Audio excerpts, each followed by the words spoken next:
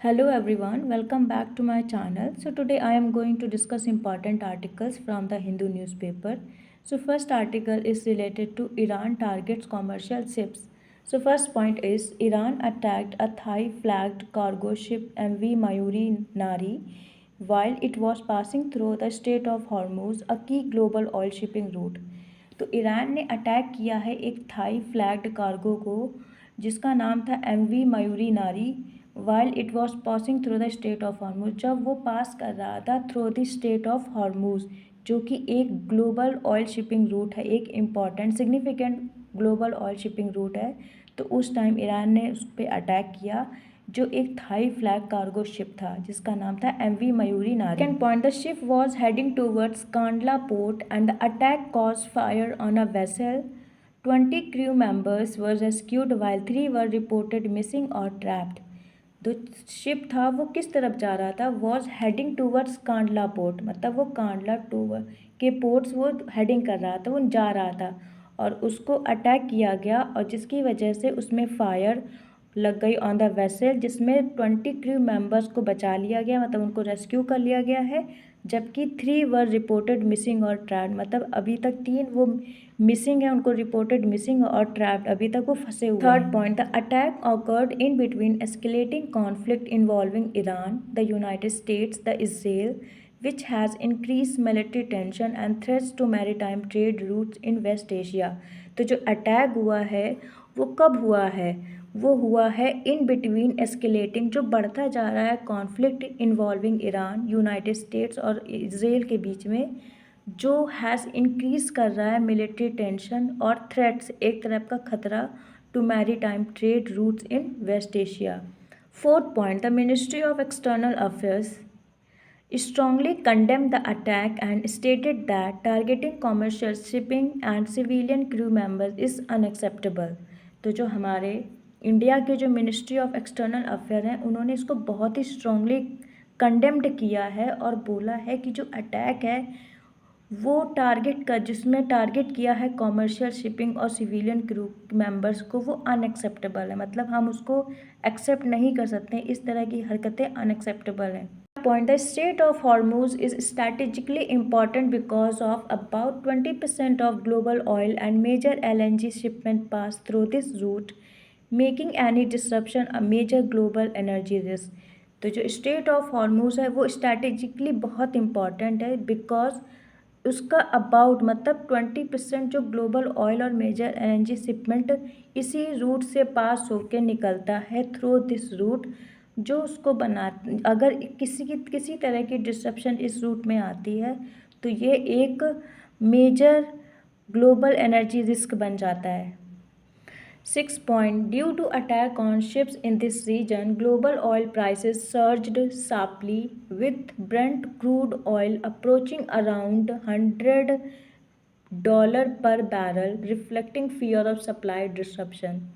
इस अटैक के कारण जो शिप में हुआ है इन दिस रीजन, जो ग्लोबल ऑयल प्राइसेस हैं वो मतलब शार्पली, मतलब सडनली एकदम बढ़ गए। जो ब्रेंट क्रूड ऑयल अप्रोचिंग, मतलब एक जो ब्रेंट क्रूड ऑयल अप्रोचिंग उसका जो प्राइस है पर बैरल वो $100 पहुंच गया है, जो रिफ्लेक्ट कर रहा है फियर ऑफ सप्लाई डिसरप्शन, मतलब सप्लाई नहीं पहुंच रही है कंट्रीज़ में, जो रिफ्लेक्ट कर रहा है fear of supply disruption. Demand उतनी है बट सप्लाई नहीं पहुंच रही है, तो इससे क्या होगा, ऑयल के प्राइसेस बढ़ेंगे। To stabilize the energy market, the International Energy Agency and member countries agree to release around 400 million barrels of oil from strategic reserve to control price shock. तो मतलब इस प्रॉब्लम को या एनर्जी मार्केट को stabilise करने के लिए, उसको स्टेबल करने के लिए इंटरनेशनल एनर्जी एजेंसी और उसके जो मेंबर्स कंट्रीज़ हैं वो एग्रीड हुए हैं और रिलीज़ किया है around 400 million barrels of oil from strategic reserve से, जो कंट्रोल करेगा प्राइस शॉक्स को। India has around 28 vessels and 100 of Indian sailors in the Persian Gulf region, and the government is coordinating diplomatic efforts with Iran to ensure safe passage of Indian ships and protect energy security। तो India के पास around 28 vessels हैं और hundreds of Indian sailors in the Persian Gulf region में है, और government जो है वो कोऑर्डिनेट कर रही है डिप्लोमेटिक एफर्ट्स विद ईरान, जो इंश्योर करेगा safe passage of Indian ships और प्रोटेक्ट करेगा energy security of India. Second important article is right to die. So first point is the Supreme Court of India allowed withdrawal of life-sustaining treatment of Harish Rana, a man who had been in a persistent vegetative state for about 13 years after a severe brain injury in 2013, effectively permitting passive euthanasia. तो supreme court of India ने allowed कर दिया है withdrawal of life sustaining treatment for Harish Rana. मतलब हरीश राणा एक तरफ से एक लाइफ सपोर्टिंग सिस्टम पर जी रहे थे, तो सुप्रीम कोर्ट ने उस पर अलाउड कर दिया है कि आप उसको विड्रॉल कर लीजिए, मतलब उसको हटा दीजिए. जो Harish Rana, a man who had been in persistent, मतलब एक लगातार वेजिटेटिव स्टेट में है, मतलब वो बस केवल 100% वो डिसेबिलिटी मोड में है, वो 13 ईयर्स से after a severe brain injury in 2013, जो वो उनको 2013 में एक बहुत ही सीवियर ब्रेन इंजरी हो गई थी. उसके बाद से वो लगातार एक वेजिटेटिव स्टेट पर हैं लगातार. तो सुप्रीम कोर्ट ने उसको अलाउड कर दिया है कि आप उनका जो लाइफ सपोर्ट सिस्टम है उसको हटा दीजिए, जो इफ़ेक्टिवली परमिटिंग करता है पैसिव यूथेनेसिया को. Second point, the decision allowed the removal of artificial life support such as clinically assisted nutrition and hydration, recognizing the principle of right to die with dignity. जो decision है उसने allow किया है कि आप remove कर दीजिए आर्टिफिशियल लाइफ सपोर्ट सिस्टम को, जैसे कि clinically assisted nutrition and hydration. मतलब एक तरह से मेडिकेशन सपोर्ट से ही उनको न्यूट्रिशन और हाइड्रेशन प्रोवाइड किया जा रहा था, जो रिकॉग्नाइज कर रहा है principle of right to die with dignity. मतलब आपको हक है मरने का with dignity. This ruling is considered the first practical implementation of India's passive euthanasia framework, making a significant development into of life jurisprudence. तो ये रूलिंग है, इसको कंसीडर्ड किया जा रहा है फर्स्ट प्रैक्टिकल इम्प्लीमेंटेशन है, मतलब ये पहला इम्प्लीमेंटेशन और प्रैक्टिकल इम्प्लीमेंटेशन है इंडिया का पैसिव यूथेनेसिया फ्रेमवर्क का, जो मेक कर रहा है एक significant development into life jurisprudence. Passive euthanasia एक ऐसा प्रोसेस होता है जिसमें क्या होता है कि एक पर्सन अगर 100% डिसेबिलिटी है, वो केवल एक लाइफ सपोर्टिंग पर ही जी रहा है, वो कुछ नहीं कर सकता, तो उसके पेरेंट्स एक तरह का ट्रॉमेटाइज्ड में जी रहे हैं, मतलब वो इंसान अब कुछ कर नहीं सकता. तो एक होता है ना कि आप उसको जो सपोर्टिंग सिस्टम उसको हटा दीजिए, अब उसको मरने दीजिए, मतलब अब वो राइट टू लाइफ जैसे होता है ना, वैसे right to die with dignity, तो इसको बोलते हैं passive euthanasia. 4 point, passive euthanasia means withdrawing or withholding medical treatment so that death occur naturally, not like active euthanasia where a lethal substance is administered. Active euthanasia remains illegal in India. जो passive euthanasia होता है उसका मतलब ये होता है कि आप विड्रॉ कर देते हैं या विद होल्डिंग कर देते हैं मेडिकल ट्रीटमेंट को, मतलब उस मेडिकल ट्रीटमेंट को हटा देते हैं, जो क्या होता है एक नेचुरल कॉज बनता है डेथ का, नॉट लाइक एक्टिव यूथेनेसिया.